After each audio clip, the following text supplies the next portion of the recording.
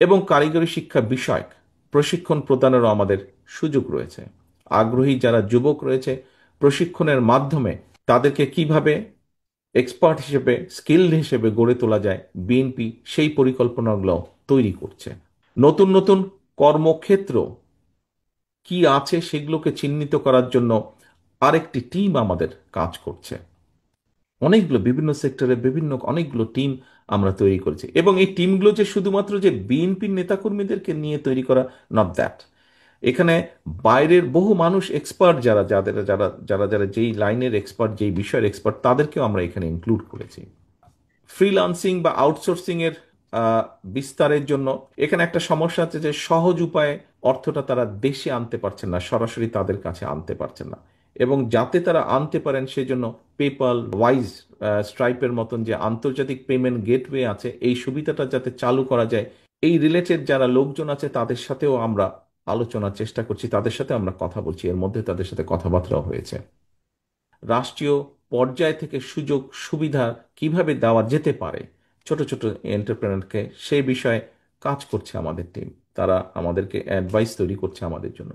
Start up বিজনেসকে সার্বিকভাবে কিভাবে উৎসাহিত করার পাশাপাশি তরুণ উদ্যোক্তা বা এন্টারপ্রেনার যাদের আছে তাদের জন্য আরো হাইটেক পার্ক বা ইনকিউবেশন সেন্টার স্থাপন, এগুলা নিয়েও কাজ করছি। এগুলো আমাদের চিন্তা ভাবনার মধ্যে রয়ে গিয়েছে, যেটা নিয়ে আমরা পরিকল্পনা গ্রহণ করতে পারবো, এবং বাস্তবায়ন কিভাবে করা যেতে পারে সেটিও আমরা চিন্তা ভাবনা করছি।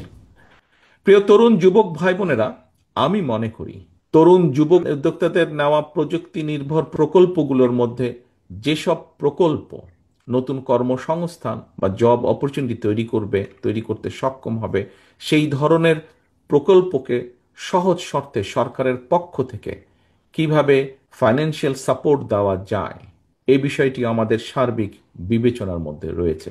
সার্বিক গুরুত্ব দিয়ে আমরা এই বিষয়গুলোকে বিবেচনা করছি। ছাত্রদল, যুবদল, স্বেচ্ছাসেবক দলের প্রিয় ভাই বোনেরা, তরুণ যুবশক্তির জন্য প্রযুক্তি নির্ভর শিক্ষা এবং প্রশিক্ষণ নিশ্চিতের পাশাপাশি তাদের জন্য, অর্থাৎ ইয়াং জেনারেশনের জন্য দেশে বিদেশে কর্মসংস্থান সৃষ্টির ক্ষেত্রে বিএনপির গৃহীত সকল পরিকল্পনা ইতিমধ্যেই সারা দেশে তারুণ্যের সমাবেশে আমরা তুলে ধরেছি।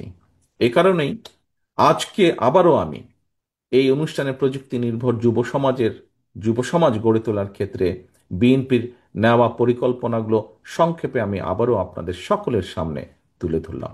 আমি মনে করি শুধুমাত্র নিজের এবং পরিবারের সমৃদ্ধির জন্যই নয়, বরং প্রযুক্তিগত শিক্ষা অর্জনের মাধ্যমে বিশ্ব সমাজে নিজেদের গর্বিত অংশীদারিত্ব নিশ্চিত করার জন্য প্রযুক্তি নির্ভর দক্ষতার বিকল্প নেই।